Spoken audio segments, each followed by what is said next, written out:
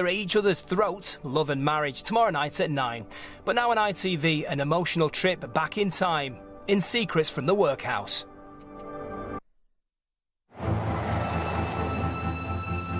The workhouse was a hallmark of Victorian Britain.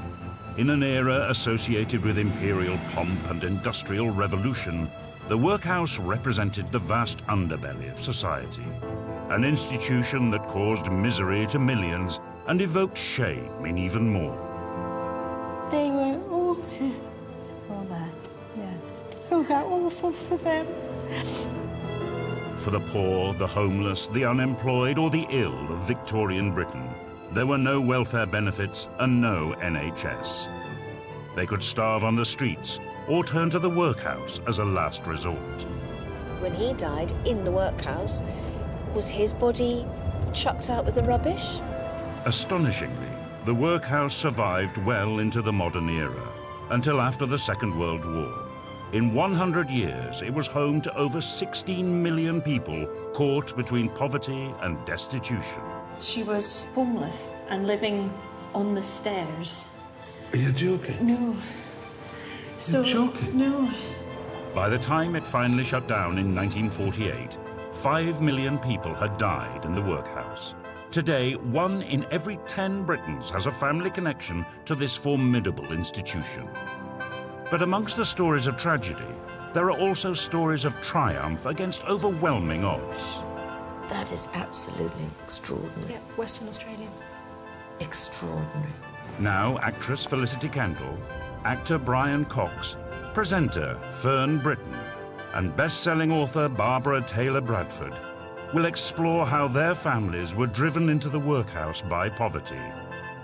An ordeal with uncanny echoes of life in today's Britain. The injustice of it is astonishing. It's astonishing. And model and actress Kira Chaplin will discover how the most famous workhouse inmate of all, her grandfather Charlie Chaplin, took on the system and won. After going through this, he probably realized that he could get through anything.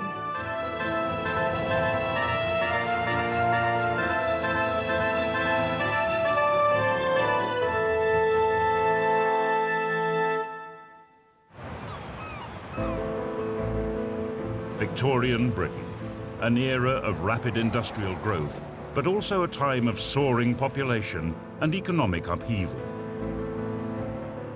The workhouse was adopted in 1834 as an ingenious solution to the spiraling problem of poverty. The idea was simple: humiliate the poor for asking for help, shame them into standing on their own 2 feet. In one extraordinary case, it worked.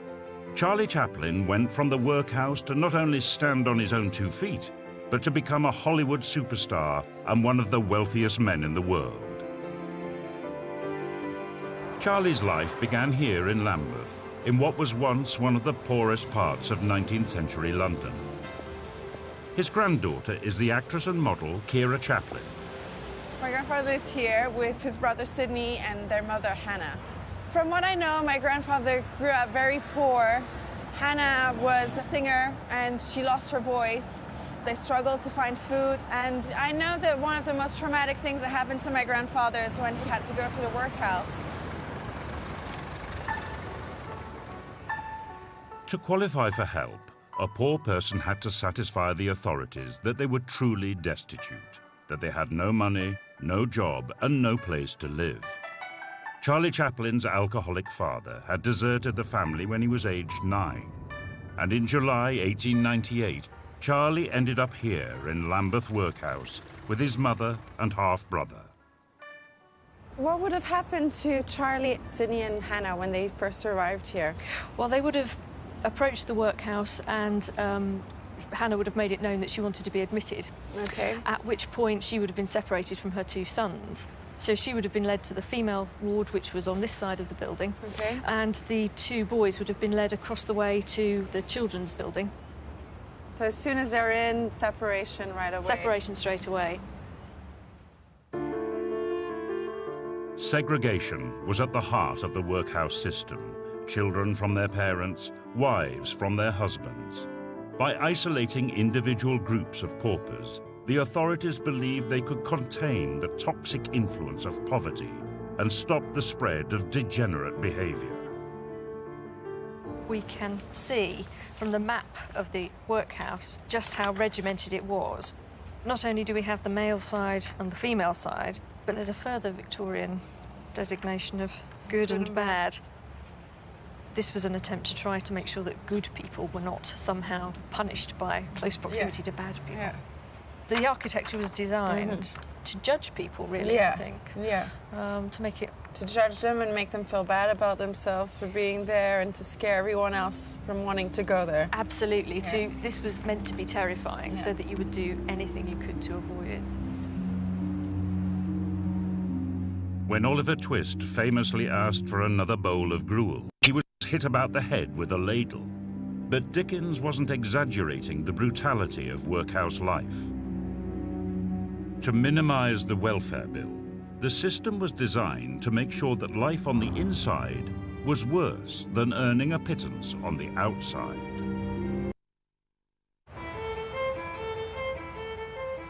The earliest workhouses appeared in the 17th century, but it was the Victorians who first used them as the basis of a national welfare strategy. At its peak, there were 700 workhouses in England, housing over 250,000 people. Each was run by a master and matron, and the largest ones, like Lambeth, held over 1,000 inmates at a time. Charlie Chaplin came here as a child with his mother Hannah and his half-brother Sidney. Today, the building has been converted into a cinema museum in Charlie's honor. In this very room, now used for screening films, Charlie and his brother met up with their mother 1 week after they first arrived. Charlie gave an account of that reunion in his autobiography. How well I remember the poignant sadness of that first visiting day. The shock of seeing Mother enter the visiting room, garbed in workhouse clothes. How forlorn and embarrassed she looked. In 1 week, she had aged and grown thin, but her face lit up when she saw us. Sidney and I began to weep, which made Mother weep. Eventually, she regained her composure, and we sat together, our hands in her lap, while she gently patted them. She smiled at our cropped heads and stroked them consolingly, telling us that we would soon be all together again. But the family's moment of reunion was to be all too brief. After 8 days, Charlie and Sidney were sent to a pauper school on the edge of London, leaving Hannah alone in the workhouse. A week or two later, Hannah ended up in the infirmary with what's described as dermatitis and bruises all over her body. She's somehow been victimised, picked on, hit. We don't know whether it's by staff or by other inmates, but she's physically suffered some kind of abuse. In the workhouse infirmary, Hannah would have had her wounds cleaned and dressed. For her pain, she would have been given opium. How many days did Hannah spend in the infirmary? It seems she spent about 9 days here, and then after a couple of months, she was transferred from the workhouse to Cane Hill Lunatic Asylum. Well, so basically 7 weeks after being here, ends up in the insane asylum. This place sounds like hell. Horrifying. Officially, physical punishment wasn't allowed, although unofficially, abuse was commonplace. This is partly what made the workhouse such a feared institution. But the torment of life inside wasn't just physical. It was also psychological, as inmates were stripped of their dignity. Patrick was 54 years old when he was sent to Gartloch Asylum. At the time, he was one of 45,000 old and infirm paupers who were moved from workhouses to asylums around the country because the authorities didn't know what else to do with them. By today's standards, the treatment they received was primitive: physical exercise for therapy and opium for sedation. Charlie Chaplin's mother Hannah was also committed to an asylum after she was separated from him in Lambeth Workhouse. Charlie was sent to live in a school for poor children miles away from the life he'd known. He was one of over 800 pupils here at Hanwell Industrial School. Alongside literacy and numeracy, children were also taught trades like carpentry, metalwork and tailoring to set them up for future employment. Today, Charlie's old school is a community and sports centre. I can imagine most children, when they got here, including my grandfather, they must have been extremely malnourished, frail. Yeah, I mean, children who came from the centre of town, which is where Charlie came from, would have been some of the poorest children in London. In fact, probably some of the poorest children in the country, actually. They had physical activity, sports. They did. I mean, they were taught how to swim, and running, jumping, tumbling, jumping over ropes, skipping. Sports were quite important. It makes me wonder, because my grandfather in his work, he was very physical. He was his own stuntman. He knew how to walk on a tightrope. He knew how to roller skate. He knew how to fall and roll. So I wonder if this is the place where he learned a lot of physical activity. Yeah, absolutely. Here's a picture, and this is it's actually got Charlie down there. Yeah. They look like a crafty little bunch. Yeah, they do. They kind of got chubby faces, so they must have been, you know, pretty well fed.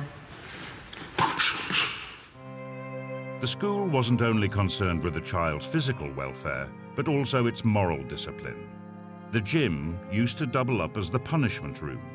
Penalties included reduced food rations, regular beatings, and being locked up in a windowless cell for up to 24 hours.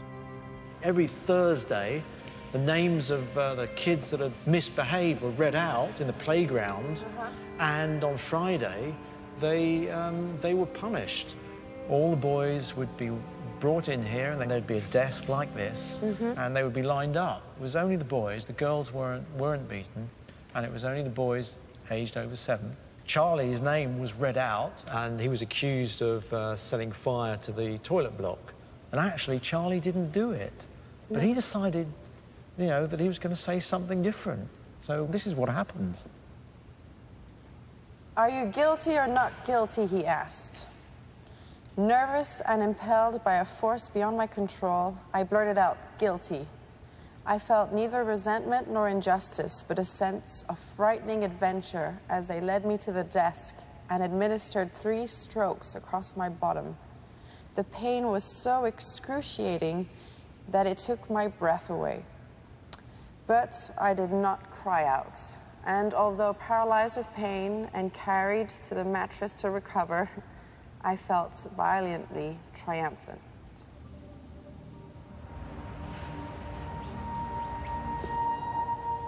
Being an actress myself, I can kind of see the joy of having the whole room staring at you and getting the punishment, being able to control your emotions and feeling triumphant. I think my grandfather learned a lot of discipline here. Mostly he learned how to become a stronger person and a more independent person, and I think after going through this, he probably realized that he could get through anything. In 1913, Charlie moved to Hollywood, where he turned his experience of poverty into cinema gold with his classic comic persona, the Little Tramp. 2 years later, aged 26, he was earning the equivalent of $8 million a year, making him one of the highest paid people in the world. He went on to co-found United Artists, still one of the most famous studios in Hollywood today. But Charlie never forgot his mother and rescued Hannah from the asylum in 1921. She spent her last 7 years in luxury in California, a world away from the workhouse. Charlie's success may be unique, but the resistance he showed against all the odds is shared by other workhouse inmates, people who took on the system and left a legacy of courage and defiance for future generations. The Paradise family continue to deal with Pauline's new life, and on top of all that, Heather's got a surprise for Ashley. It's Love and Marriage tomorrow night at 9. Stay with us, the news is next.